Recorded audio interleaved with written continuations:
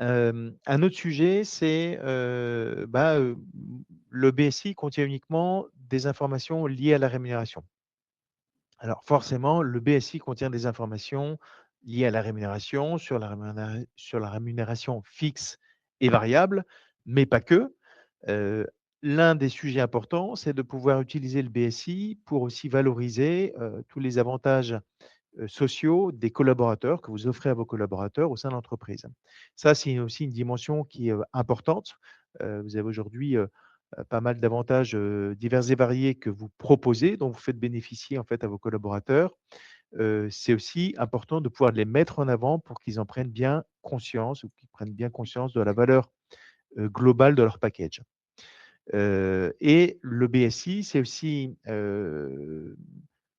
aussi un support de communication que vous pouvez utiliser pour, communiquer sur, des enjeux transversaux, au sein de l'entreprise. Exemple, un chantier, RSE sur lesquels vous vous êtes fixé des objectifs, à un horizon de 3 ans. C'est l'opportunité pour le DRH, la DRH, ou la direction générale de prendre la parole, d'expliquer aussi pourquoi le BSI est mis en place, et cetera, et cetera. Donc c'est pas simplement effectivement un support ou un lieu pour, communiquer, sur la rémunération, mais, c'est bien ça va bien au-delà.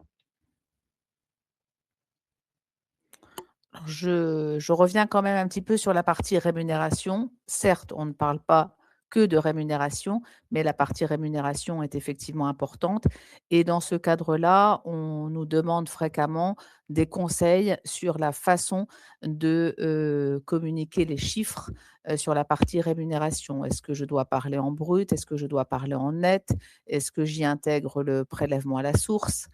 Comment est-ce que je peux valoriser, les évolutions annuelles de la rémunération de mes salariés ou de, l'intéressement et de la participation? Donc autant de questions auxquelles on est capable et bien évidemment de vous accompagner, de répondre afin de bâtir le squelette de votre BSI.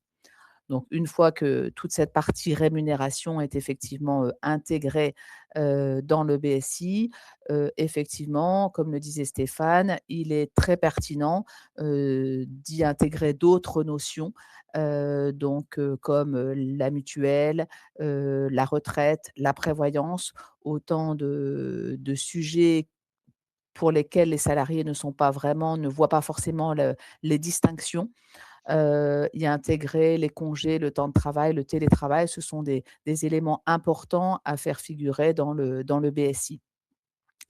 On a d'ailleurs, créé et constitué, grâce à nos plus de 500 000 BSI que l'on a réalisés, on a constitué un document de référence qui reprend l'ensemble des composantes de rémunération, que l'on a déjà vues pour ces BSI et que l'on met à disposition de nos clients, pour qu'ils puissent, eux aussi, ne pas oublier des composantes de rémunération et les intégrer dans le BSI. Donc ça peut aller à la prime de transport, le congé d'allaitement et d'autres, des éléments.